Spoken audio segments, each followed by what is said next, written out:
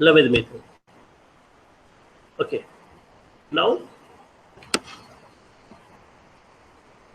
Lewis method. It is very simple again. Experimental arrangement for the Lewis method is shown in the diagram. Okay, that one base there, on the base there are two like compartment are taken or screen, one for the means on front side and one on the back side. At the middle, one goniometer or for rotating the crystal or for fixing the crystal. One that stand has been taken at the middle. X-rays are entering from the left side, and the photographic films are fixed at the two screen on front side and back side, because the after diffraction this X-ray will be moving on the front side as well as on the back side also. So for recording that diffracted beam, we can use the X-ray film. Okay, then an undeviated beam which is not been diffracted, they will be moving straight along the same axis of incidence, same X-ray beam incidence. No, undeviated beam will be moving along that direction. Okay, so experimental arrangement in Lewis method consists of the flat plate camera. This is just like a camera arrangement. It is camera only. When you see for the earlier camera, what was there in earlier camera means not this your mobile camera. Mobile camera is digital one.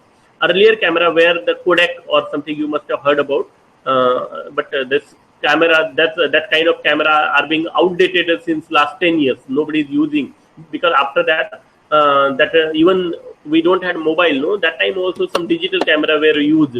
But before the digital cameras, no, where directly image will be recorded in some memory in digital camera. There is no need of such kind of the photographic or X-ray film. But before that, like Kodak camera, there somebody will take some roll.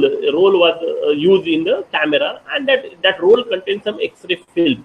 So that image will be recorded on that X-ray film in that camera. So such kind of the camera, that functioning of that camera and this Lewis method camera, they both are the same. So experimental arrangement in Lewis method consists of the flat plate camera.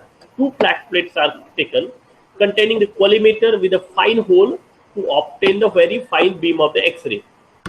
Means here this is the collimator. Here this one is collimator. You know that collimator in the which one spectrometer you have seen with the fine bore. Here it will have the very fine bore, small hole here. Okay, a single crystal of the dimension 1 mm. Here also we are using single crystal. Only the powder method we are using the powder form of the sample. Here also the single crystal, but the dimension of the single crystal will be 1 mm. As the sample is placed on the goniometer. Now this word goniometer you can understand. Goniometer means here the stand. This stand. Okay, so this stand, and it can be rotated to change the orientation. This goniometer has itself, it can rotate. When we can fix the crystal on the goniometer, and it is able to rotate itself to change the orientation. Okay, two flat photographic films, one for receiving the transmitted diffracted beam, another for receiving the reflected diffracted beam. Here the two films, this transmission of transmitted this beam will be recorded here by using the X-ray film here, and if the X-rays are coming back, see here it is shown, so that will be recorded by using this X-ray film here. The two X-ray film are fixed here, one for recording the forward going X-ray beam, diffracted beam, and another is a reflected X-ray beam. The two flat photographic film, one for a receiving transmitted diffracted beam, another for receiving the reflected diffracted beam are used. Okay, any doubt here? Yes. Any doubt to anybody? Any question? No, sir. No question, no doubt. All are listening. Nobody is sleeping there, no? Just keeping your mobile phone on. Sir, is just like Newton used to do that in the classroom. Newton, what he will do? Newton or Einstein, not Newton, Einstein. He used to sit in the classroom on a back bench and he will sleep. His teacher will teach, and this man will simply sleep. And sometimes the teacher will ask the question, yes, Einstein, why are you sleeping? Then he will stand, he will give answer, and again he is going to sleep. Like that. You must be doing like that at home. So you are keeping your mobile phone in front of you, and you must be sleeping, because early morning taking class like a stupid thing. No, so early, who is taking class on 7 o'clock? So, but you must be remembering your old days, like when you were in 12th, 11th, 12th. That time you were going for your classes early morning. So like that, this all. But early morning, if you concentrate if you're with your better concentration, you can understand things very better way. So that's what. Okay, that doesn't matter. Okay, we'll go to the next. Now, what next? Working. So initially, a single crystal is held stationary in the path of the white X-rays. Now, here I told you we are using the single crystal having dimension of 1 millimeter mm, and it is held stationary in the path of the white X-ray. White X-ray means what? We are having the range of the wavelength here, not the fixed value of the X-ray. That you can produce when you learn that means X-ray. No, in atomic and molecular physics, you can find out what are the different type of the X-ray, how they are generated. Like that, you can understand.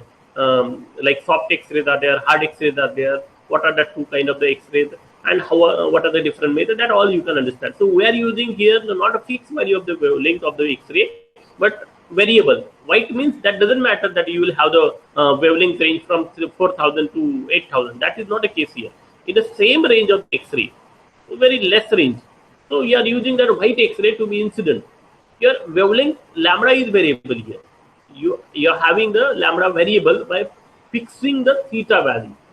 Okay, so X-rays having wavelength range say from 0.2 to 2.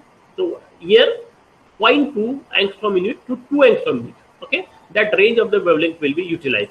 Now, due to the presence of the number of the parallel atomic planes in a crystal, because in a 1 mm also, single crystal also, number of the plane will be available for diffraction there.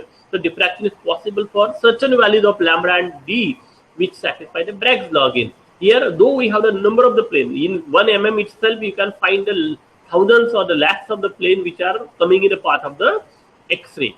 But out of them, not lakhs even, a million, billion, trillion number of plane. Because in 1 mm of the crystal, how many number of the atom can be present there? It can be 10 to the power 12, almost 10 to the power 12 number of the atoms or the unit cell can be present there in 1 mm of the single crystal. So there can have the billion or million number of the plane available there for diffraction. But for out of them, so many of the plane, only few or some will be available for a diffraction, because depending upon the condition of the lambda, d value, and this angle of diffraction, how you are orienting your crystal on that stand, goniometer, that theta, it has to satisfy the condition called as the Bragg's law. Until it has been satisfying this condition, there will not have any kind of the diffraction. For occurring the diffraction phenomena, you should satisfy the Bragg's law. And who is responsible for satisfying this Bragg's law? The three variable are in that formula 2d sin theta is equal to lambda. N you can't take because it is the first order diffraction you are studying. So it will be lambda, d, and theta are the three variables. So when that three are matching, three are just simply creating that situation for each other, that they are simply fit in that formula, then you will find the diffraction phenomena there. The crystal can be rotated with the help of the goniometer. Here, for one plane, though I am saying that it is the crystal is fixed, but you can take different set of the plane. So for one given value of theta, you go with the given range of the wavelength and incident, and you record that film. Next, you can go for the another set of the theta. Means you simply change the orientation of the crystal. Again, you go. So you can go for number of 3-4 set of the such reading you can take. The crystal can be rotated with the help of the goniometer to change its orientation so that the diffraction may be satisfied for a new set of the atomic planes to obtain the different types of the pattern on the photographic plate. So you can go for a different set. Means simply you change the orientation of the crystal. Means you change the angle. You will get the next set of the pattern. You can record that. Again you can change. So different set of the pattern can be seen by changing the angle also. Though I am saying the angle is fixed here, only wavelength is varying. But here you can go for the different set like that simply. But it will not be continuously rotating. For fixed position, you have to incident the range of the wavelength and you have to record that pattern. Okay. Diffraction spots are produced on the photographic film, and afterward they have been developed. Means it will be visible to you, and that pattern you can observe for further study. So this method can be used for finding the symmetry of the crystal and hence to determine the shapes of the unit cell. This is the application.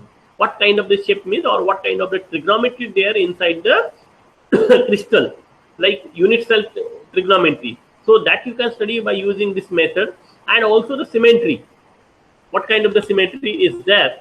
That also you can find by using this method called as the Lewis method.